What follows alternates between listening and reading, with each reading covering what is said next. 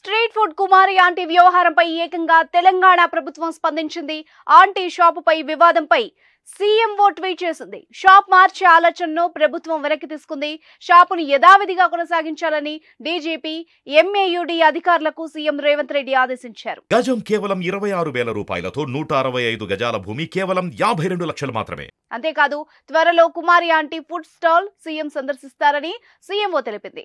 హైదరాబాద్ లోని దుర్గం చెరువు సమీపంలోని ఫుడ్ స్ట్రీట్ లో మధ్యాహ్నం వెజ్ నాన్ వెజ్ మీల్స్ విక్రయిస్తున్న కుమారి ఆంటీ ఇటీవల చాలా పాపులర్ అయ్యారు. ఆమె షాపుకు జనాలు తండోపతండాలుగా తరలివచ్చారు. ఈ క్రమంలో ట్రాఫిక్ ఇబ్బందులు తలెత్తాయి. ఈ కారణంగా ఆమె షాపును పోలీసులు మంగళవారం మూసివేయించారు. దీంతో తీవ్ర ఆవేదన వ్యక్తం చేసింది. ఈ అంశంపై సోషల్ మీడియా వేదికగా పలువురు విమర్శలు చేశారు. అదేవిధంగా కుమారి ఆంటీకి అండగా నిలవాలని సెలబ్రిటీస్ సైతం ట్వీట్ చేశారు. దీంతో ఈ వివాదంపై తెలంగాణ సర్కార్ స్పందించింది.